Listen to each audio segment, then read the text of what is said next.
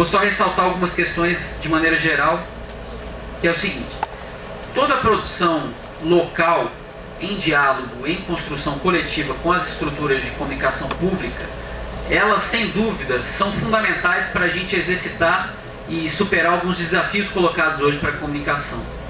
Primeiro, a experimentação, porque é dessa produção local, colaborativa, justamente por não estar inserido numa lógica de mercado e amarras comerciais e de estruturas de grande porte, é que permitem, muitas vezes, pulos e mudanças de linguagem, de formatos, de utilização de recursos, que normalmente a televisão comercial, aberta ou grandes estruturas não permitem, porque elas estão amarradas numa estrutura, num sistema muito fixo, muito rígido.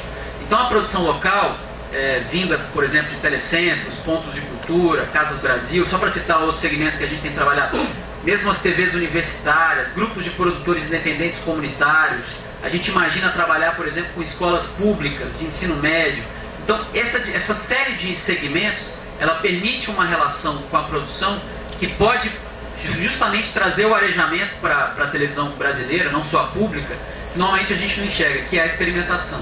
A regionalização, obviamente, se fala muito em regionalização, só que produção regional para as grandes estruturas é cara, tem um custo muito alto, e por isso mesmo eles não permitem a inserção da produção regional. Mas nesse sentido, não só a gente garante a produção regional, independente dos custos, como a gente está estimulando justamente a diversidade de olhares e opiniões da sociedade. E por último, obviamente, interação e diálogo com a sociedade, que é uma questão fundamental hoje para a comunicação pública, e que esse tipo de experiência local permite de maneira fantástica. E aí, para citar aqui, que na verdade nós, enquanto estrutura de comunicação, enquanto empresa pública, quando a gente coloca uma proposta como essa, um espaço como esse do DEPAC, na verdade a gente não está fazendo nada mais do que nada menos do que a nossa obrigação. A TV pública, a empresa pública de comunicação, ela é da sociedade brasileira, e esse tipo de reivindicação ela é bastante antiga, mais do que legítima, fundamentada, e o que a gente está buscando é justamente entrar em sintonia e tentar construir esse diálogo, essas possibilidades junto com a sociedade. Então, só para citar aqui dois momentos que eu destaquei de reivindicação da sociedade para esse tipo de diálogo, foi no Fórum Brasileiro de TVs Públicas, ocorrido em Brasília no começo desse ano, que dizia no manifesto: promover mecanismos que viabilizem a produção e veiculação de comunicação pelos cidadãos e cidadãs brasileiros. E gostaria também de citar aqui um encontro ocorrido aqui em Salvador também no ano passado, que foi o Encontro de Cultura Colaborativa. Foi esse ano, né? Desculpa, agora eu falei ano passado e lembrei que foi esse ano. Que foi a ECO, que está aqui dizendo: a incorporação de modelos de produção audiovisual baseados na cultura colaborativa, compartilhada e participativa na nova TV pública, na nova empresa pública de comunicação e na rede pública, garantindo a veiculação dessas produções. Ou seja, eu destaquei aqui dois momentos mais recentes, emblemáticos, justamente da incidência da sociedade nesse diálogo, nesse debate. Agora, óbvio, isso é uma demanda e um desafio, uma questão histórica que acompanha a sociedade brasileira, os movimentos de comunicação em geral. E aí, só para terminar, vou pedir aqui um minutinho, eu ia mostrar também, mas não vai dar tempo, de repente eu vou passar para... na verdade, eu coloquei no YouTube, que aliás essa é outra questão que a gente precisa discutir, que é justamente a relação com as demais plataformas digitais e tecnológicas de todo esse conteúdo colaborativo. Esse projeto que eu mostrei, uma primeira etapa que foi o teste, que foi o projeto Mosaico, que vai se tornar o programa Ponto Brasil, ele vai estar totalmente conectado com uma plataforma de interação na internet. Por quê? A gente vai receber conteúdo de dezenas de pontos de cultura, telecentros, Casas Brasil e outros segmentos da sociedade para entrar nesse programa. Os que eventualmente não entrarem naquele programa X da semana tal, obviamente que você tem limitação de tempo, de horário, eles todos vão estar disponibilizados na internet, de maneira que as pessoas da comunidade de produção daquele conteúdo possam entrar na comunidade, refazer aquele conteúdo, remixar, e aquele conteúdo, por sua vez, vai voltar para a grade a partir de outros formatos, a partir de outros instrumentos que vão ser criados. Então a conexão com a internet vai ser fundamental na construção, vocês sabem muito bem disso, dessa geração de conteúdo colaborativo, e isso está previsto.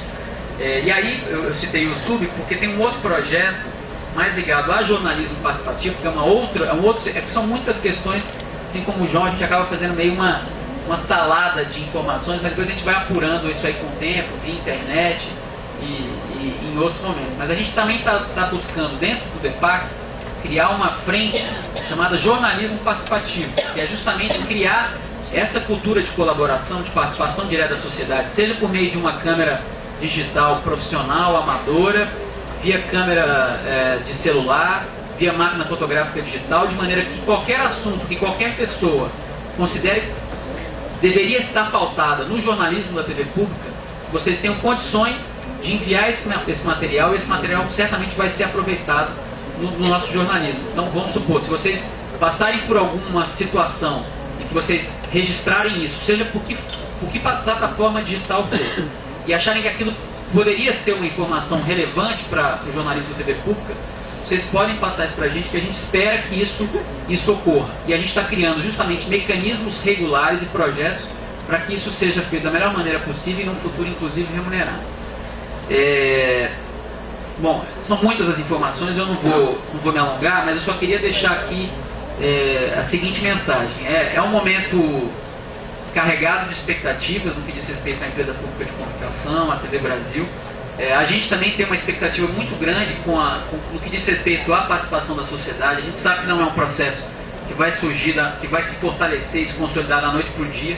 Existem muitas experiências anteriores que a gente está buscando dialogar para construir esses projetos e essas ações, ou seja, a gente não quer que não se coloca como inventando um espaço, inventando uma roda, de maneira nenhuma. A gente quer justamente enxergar nas experiências anteriores formas de conexão e de gerar um processo mais amplo, até porque não teria sentido criar um departamento participativo colaborativo se não fosse uma construção dessa forma. Então eu queria deixar aqui um convite mesmo aberto para que todos vocês participem. Muitas vezes. Na verdade, as portas e as janelas da empresa pública estão abertas. A gente sabe que o processo não é da noite para o dia, a gente sabe que não é simples e a construção desses mecanismos é complexo. Por outro lado, a TV pública vai sofrer também aí, digamos, uma contraofensiva dos setores mais conservadores da sociedade brasileira, que não querem um canal de diálogo com a sociedade. Então a gente tem aí pela frente um momento importante de construção desses espaços. Eu deixo esse convite, essa convocatória. Eu vou deixar o meu e-mail com vocês, adrianodeangelis@radiobras.gov.br.